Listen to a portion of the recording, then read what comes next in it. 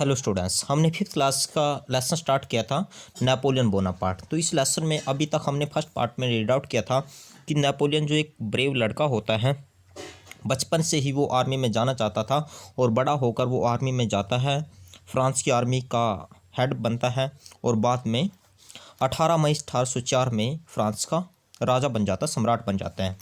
तो आइए और अधिक रीड आउट करते हैं इस लेसन के बारे में। Despite all this qualities Napoleon was too proud of himself. कहता है कि इन क्वालिटीज़ के अलावा नेपोलियन को अपने आप पे बड़ा गर्व था। During his coronation he took the crown from the hands of the pope and placed it himself on his head.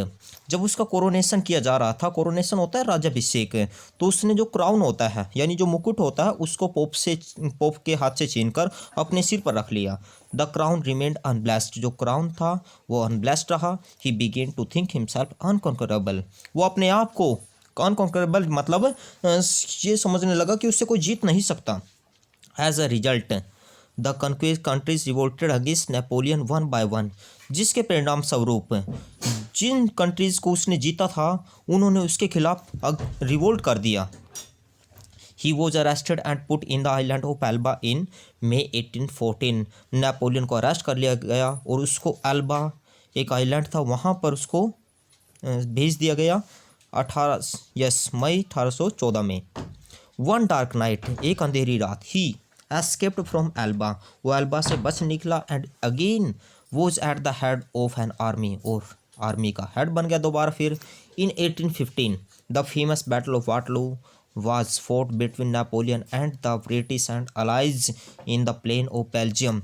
1815 में बैटलू की इसका जो युद्ध होता है, फेमस युद्ध होता है नेपोलियन और ब्रिटिश, और जो ब्रिटिश सेना के सहयोगी थे उनके बीच में बेल्जियम में। Yes, Napoleon lost this battle. Napoleon इस युद्ध में हार जाता है and his enemies sent him to a distant island of Saint Helena in the Atlantic Ocean. और नेपोलियन के जो दुश्मन होते हैं वो उसको सेंट हेलेना, एक आइलैंड था, वो वहाँ पर भेज देते हैं अटलांटिक ओशियन में। One evening of 5 May 1821 he died here far from his dear country.